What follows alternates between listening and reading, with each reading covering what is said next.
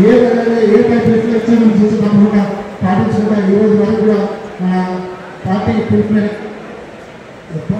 మేరకు ఈరోజు మన ఏ కార్యక్రమం ఇచ్చినా కానీ మన ఏ పార్టీ పిలుపు మేరకు అన్నీ కూడా చేస్తున్నాం. ఎవరు ఎంతమంది ఇన్ఛార్జ్ తెలియదు. లక్ష్మణ్ గారు దాదాపు 15 మంది పార్టీలో ఇన్ఛార్జ్ కింద కూడా పనిచేసిన ఘనత నాకు ఉండదు. అదేవిధంగా కేసీఆర్ గారు కేటీఆర్ గారు అంటే ఎందుకంటే అంత ఇష్టం. 2016లో ఎలక్షన్లో వచ్చినప్పుడు అప్పుడున్న మన పెద్ద మనుషులు కానీ ఇంత పనిచేసిన కూడా మనకేంటంటే 2002 నుంచి 16 వరకు కూడా క్రియాశీలకంగా అన్ని కార్యక్రమంలో మనం పనిచేసినప్పుడు కంకరాజ్ గౌడ్ కూడా చూస్తున్నాం. కంకరాజ్ గౌడ్ కూడా మా ఆధ్వర్యంలో 2003లో చేయండి. అయితే 2016లో ఎలక్షన్ టైంలో కూడా ఏంటంటే ఉద్యోగాల కింద 10 మంది పేరు నా పేరు ఇచ్చినట్టు అప్పుడు ఏంటంటే ఇక్కడ సర్వేలలో పేరు నాకు ఒకటి వచ్చింది కాబట్టి పార్టీ పక్క పెట్టింది. ఇక లోకల్ ఎన్ని రాజకీయాలు పార్టీ అభిప్రాయం ఇచ్చింది. 2018 నుంచి 2020 నుంచి అంటే మీ అందరికీ కూడా తెలుసు ఏంటంటే ఇక్కడ ఉన్న లీడర్లు అడ్డం పడ్డారు. చాలా మంది తెలుసు. అప్పుడు కేసీఆర్ గారు కూడా పెట్టాలి అదేవిధంగా కేసీఆర్ గారు కేటీఆర్ గారు కానీ కొట్లాడించారు. ఇది ఏంటంటే ఇది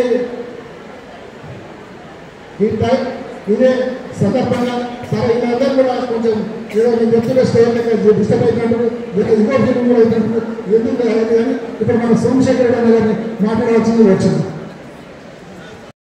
అందరికీ నమస్కారం.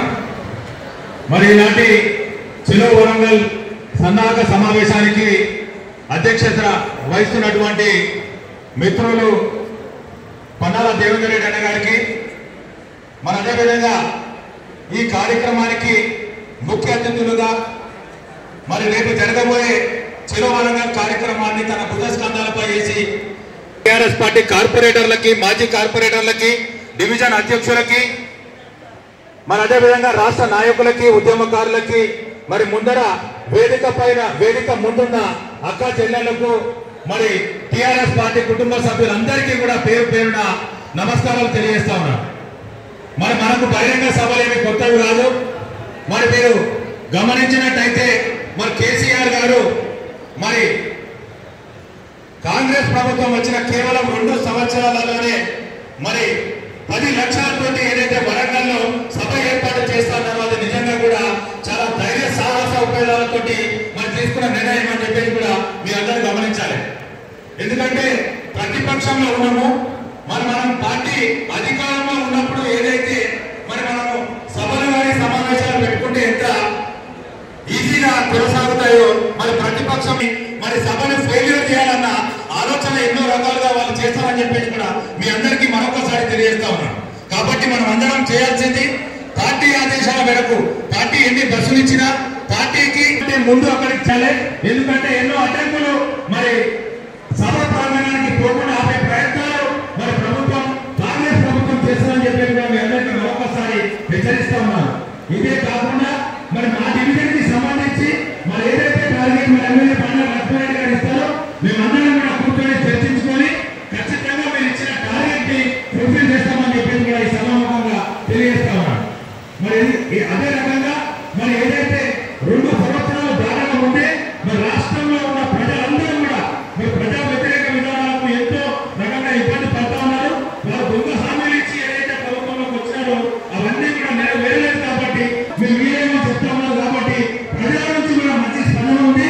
మన కార్యకర్తలందరినీ కూడా సమాయత్తం చేసి మరి వరంగల్ సభని విజయవంతం చేయాలని చెప్పేసి మీ అందరినీ కోరుతూ మరి ఉప్పల్ నుంచి ఏదైతే మన టార్గెట్ ఇచ్చారో వండా లక్ష్మారెడ్డి గారు పేరు నిలబట్టే విధంగా ప్రతి ఒక్కరు కూడా సిన్సియర్ గా సీరియస్ గా కృషి చేయాలని చెప్పేసి తెలియజేస్తూ నాకు ఈ అవకాశం ఇచ్చిన మరి పన్నాల దేవేందర్ రెడ్డి గారికి ప్రత్యేకంగా ధన్యవాదాలు, కృతజ్ఞతలు తెలియజేస్తున్నాను. Thank you.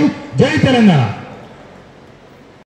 నియోజకవర్గంలో జరుగుతున్న సమావేశానికి అధ్యక్షత వహిస్తున్నటువంటి కార్పొరేటర్ దేవేందర్ రెడ్డి గారు, అదేవిధంగా ముఖ్య అతిథులు మనందరి అభిమానంతో గత ఎన్నికల్లో గెలిచి ఈరోజు నిత్యం 24 గంటల ఇంటూ 7 ప్రజలకు అందుబాటులో ఉండే మన నాయకుడు బండారు లక్ష్మారెడ్డి గారు, అదేవిధంగా మొన్న ఎన్నికల్లో పోటీ చేసి మన మధ్యలో ఉన్నటువంటి మన పార్లమెంట్ ఇన్ఛార్జ్ రాగి లక్ష్మారెడ్డి గారు, వేదిక మీద ఉన్నటువంటి కార్పొరేటర్లు, మాజీ కార్పొరేటర్లు, పెద్దలు, ఇంకా పార్టీ